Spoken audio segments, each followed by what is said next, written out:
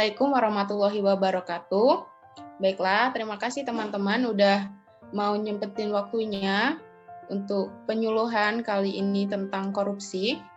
Jadi di sini saya Elmi Sasmika dari Poltekkes Kemenkes Bengkulu ingin melakukan penyuluhan kepada sesama rekan mahasiswa mengenai korupsi.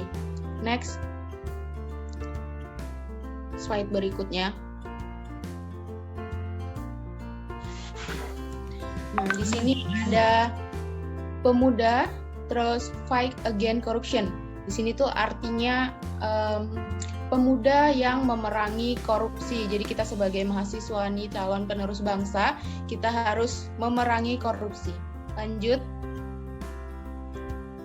Nah, di sini ada slogan dari Bung Karno, yaitu kita belum hidup dalam sinar bulan purnama, kita masih hidup di masa percobaan, tetaplah bersemangat, tolong elang Raja Wali. Jadi di sini tuh maksudnya tuh kita masih adanya politik pecah belah di antara bangsa sendiri, seperti diporak-porandakan, bahkan dikelompokkan, padahal kita itu satu bangsa. Lanjut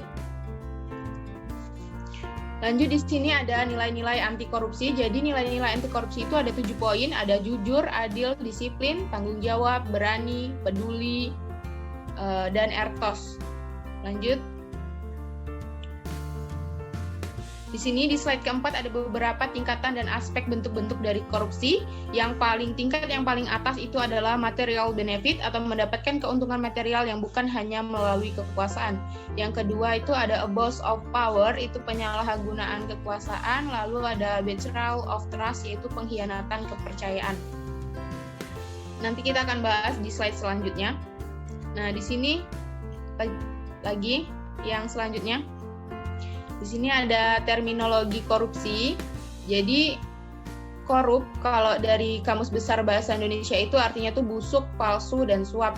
Lalu juga ada dari Kamus Hukum 2002 itu artinya korup itu suka menerima uang, sogokan, menyelewengkan uang atau barang, menerima uang dengan menggunakan jabatan untuk kepentingan pribadi.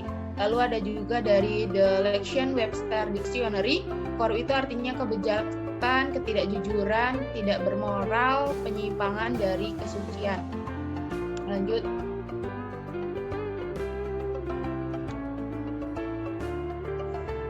Di sini ada pengkhianatan. Nah, ini yang kita bahas tadi yang tentang beberapa tingkatan dan aspek bentuk-bentuk dari korupsi. Ini kita bahas dari yang paling bawah, yaitu betrayal of trust, itu pengkhianatan terhadap kepercayaan. Nah, ini nih orang itu tuh mengkhianati kepercayaan atau amanat yang diterima dari orang lain itu berupa apapun, baik materi ataupun non-materi. Contoh dari betrayal of trust ini adalah anggota DPR yang tidak menyampaikan aspirasi rakyat untuk kepentingan pribadinya. Lanjut. Nah, sini ada tingkatan yang kedua, ada abuse of power. Jadi di sini tuh penyalahgunaan kekuasaan yang adalah tindakan penyalahgunaan wewenang yang dilakukan seseorang pejabat untuk kepentingan tertentu, baik untuk kepentingan sendiri, orang lain, ataupun korporasi. Kalau tindakan tersebut itu merugikan keuangan atau perekonomian negara, maka tindakan tersebut dapat dianggap sebagai tindakan korupsi. Lanjut ke tingkatan paling tinggi atau material benefit. Nah, material benefit ini itu penyimpangan kekuasaan untuk mendapatkan keuntungan material untuk dirinya sendiri maupun orang lain.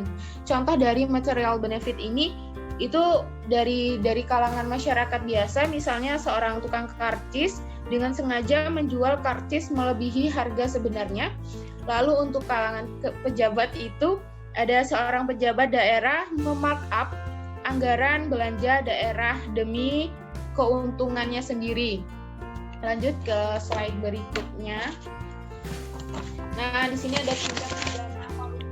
Itu ada, kalian lihat di situ ada kerugian keuangan negara, suap menyuap, penggelapan dalam jabatan, terus ada pemerasan yang sering terjadi di lingkungan kita kan, biasanya di pemerasan, terus perbuatan curang. Kita sebagai mahasiswa juga sering tuh melakukan perbuatan curang seperti menyontek, lalu copy paste, terus plagiat makalah teman, terus coy dalam penggadaan, terus ada gratifikasi, lalu ada kerugian keuangan negara.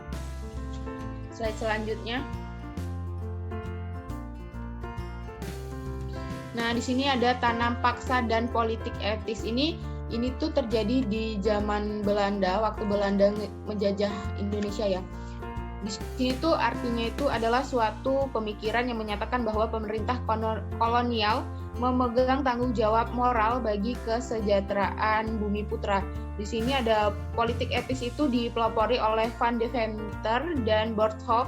Di sini tuh politik etis itu programnya tuh adalah irigasi, terus ada emigrasi dan edukasi. Kalau contoh dari tanam paksa itu yang disebut dengan sistem kultivasi. Di sini tuh dalam tanam paksa, para petani di Jawa dipaksa bekerja di perkebunan pemerintah Hindia Belanda tanpa kenal waktu. Itu ada pelakunya, langsung tentunya menguntungkan diri sendiri bagi pihak yang melakukan tanam paksa. Itu juga termasuk kegiatan yang melawan hukum dan merugikan keuangan negara. Slide selanjutnya. Nah, di sini kan ada pemerasan dalam jabatan, ada pasal UU 22 nomor 31 tahun 99. Kayaknya itu biasanya itu dilakukan oleh pejabat yang memeras pengusaha atau masyarakat. Lalu ada penyuapan ini sering dilakukan yang terjadi oleh pengusaha, masyarakat, atau pegawai luar negeri yang melakukan penyuapan terhadap pejabat. Di sini juga ada gratifikasi. Gratifikasi ini seperti pemberian tambahan ya. Ini juga sering dilakukan oleh pengusaha, masyarakat, ataupun pegawai negeri yang dilakukan kepada pejabat. Selanjutnya. Ini ada pemberantasan korupsi, tindak untuk korupsi, ada preventif. Preventif itu artinya pencegahan. Jadi pencegahan itu bisa dari perbaikan sistem, pengawasan, business approach, economy approach itu artinya pendekatan bisnis, pendekatan ekonomi. Yang kedua ada represif, itu peran serta mesif, ada penyelidikan, penyidikan, penuntutan, dan eksekusi. Lalu ada edukatif, itu ada tentang pendidikan formal, pendidikan pegawai, pendidikan masyarakat. Lanjut. Nah, di sini nih kita peran sebagai mahasiswa atau mahasiswa sebagai agent of change. Ini ada 2 kali penulisan. Nah, di sini ada di Hamburg. Lalu di Iran tahun 1997. Di sini itu ada di Iran terjadi revolusi Iran. Terus ada Filipina tahun 1985 itu terjadi ETSA sampai tahun 1986 itu terjadi revolusi ETSA yaitu demokrasi massal tanpa kekerasan di Filipina pada tahun itu. Lalu ada di negara kita sendiri tahun 1998. Mungkin kalian udah pernah dengar dan kita juga sudah belajar di SMA kelas 2 atau kelas 3, itu kan yang tentang kerusuhan rasial terhadap etnis Tionghoa. Ada yang ingat, guys, kalian tentang tahun yang tragedi tahun 1998? Lupa, Kak. Baiklah, jadi tahun 1998 ini diawali oleh krisis finansial Asia. Itu dipicu oleh terjadinya tragedi Trisakti yang menewaskan 3 mahasiswa Universitas Trisakti yang ditembak lalu mereka terbunuh dalam demokrasi tahun 1998 pada tanggal 12 Mei 1998 dan mengakibatkan tragedi ini mengakibatkan presiden saat itu Soeharto lengser dari jabatannya dan digantikan oleh B.J. Habibie. Lanjut. Nih, semangat mahasiswa. Kita sebagai mahasiswa itu harus punya semangat dalam memerangi korupsi supaya negara kita bisa lebih maju, bisa berkembang dengan baik. Walaupun memang korupsi itu memang susah untuk dihilangkan, tapi kita harus memiliki upaya.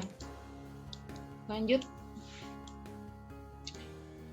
Baiklah, jika dari rekan-rekan mahasiswa sekalian ada yang ingin ditanyakan, boleh. Ada yang ingin bertanya? Baik, saya Lestari, izin Baik, bertanya. siapa Lestari? Bagaimana sih peran mahasiswa dalam pemberantasan korupsi? Mungkin hanya itu pertanyaannya. Terima kasih. Baik, terima kasih atas pertanyaannya, Lestari. Oke, tadi saya belum jelaskan peran mahasiswa itu sebenarnya itu seperti apa. Baiklah, di sini saya akan menjelaskan. Jadi itu ada 4 poin dari peran mahasiswa dalam memberantas korupsi ini. Yang pertama ada moralitas, di mana itu kita sebagai mahasiswa tuh diharapkan memiliki kemampuan interpersonal yang lebih tinggi sehingga memiliki moral, rasa peduli, dan rasa tanggung jawab untuk memajukan negara dengan cara memberantas korupsi. Poin yang kedua itu ada identifikasi korupsi, di mana tuh yang pertama mahasiswa tuh mampu mengidentifikasi dan menganalisis suatu tindak korupsi lebih baik daripada masyarakat pada umumnya. Yang kedua itu juga mahasiswa itu memiliki pengetahuan mengenai standar identifikasi dan analisis korupsi dari segi finansial maupun dari segi hukum. Lalu ada poin yang ketiga, itu mahasiswa bisa sebagai pelapor, di mana mahasiswa itu cenderung lebih berani melaporkan tindak korupsi tersebut karena mereka memiliki pengetahuan atau prosedur dan langkah hukum untuk melapor suatu tindakan korupsi sehingga pada umumnya cenderung berhasil melaporkan tindakan korupsi tersebut kepada pemerintah dan mahasiswa itu cenderung mampu menekan pemerintah. Lalu ada yang poin yang keempat. Poin yang keempat ini adalah generasi masa depan. Jadi kita sekarang yang sebagai mahasiswa itu nantinya kan sebagai generasi penerus yang sekarang. Jadi kita mahasiswa memiliki moralitas tinggi dan memiliki kemampuan interpersonal tinggi serta kualitas profesional maupun interpersonal yang ditanamkan kepada mahasiswa saat ini. Diharapkan mampu untuk memberantas korupsi yang terus menggerogoti negara kita sekarang. Bagaimana, Lestari? Terima kasih. Sama-sama. Lalu saya masih memberi kesempatan satu lagi pertanyaan. Boleh jika ada yang ingin bertanya. Baik, saya Syitia Melinda Putri ingin izin bertanya. Tolong berikan contoh gratifikasi dalam tindak pidana korupsi.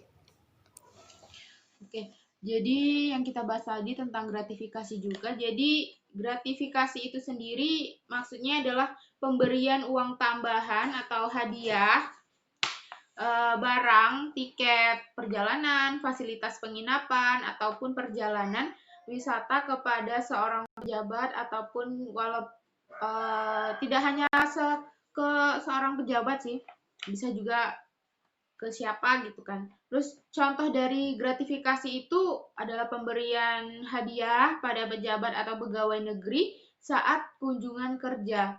Sebenarnya ini gratifikasi ini dari si penerima itu biasanya dia tidak mengetahui bila dia akan dikasih sesuatu barang ataupun tiket perjalanan tersebut. Tapi dari pemberi sendiri itu dia tuh ada maksud tertentu dari dia memberi gratifikasi seperti ucapan terima kasih atau apa seperti itu. Dan gratifikasi ini sering terjadi secara tidak sadar jika mereka itu tidak mengetahui makna dari gratifikasi. Bagaimana? Sepertinya sudah cukup untuk pertanyaannya. Apakah rekan-rekan kalian sudah jelas? Iya, terima kasih Kak atas penyuluhannya. Baik, terima kasih atas waktunya kepada kalian, rekan mahasiswa, sudah mau ikut penyuluhan saya, sudah menyempatkan waktunya. Terima kasih banyak dan wassalamualaikum warahmatullahi wabarakatuh. Waalaikumsalam warahmatullahi wabarakatuh. Sama-sama.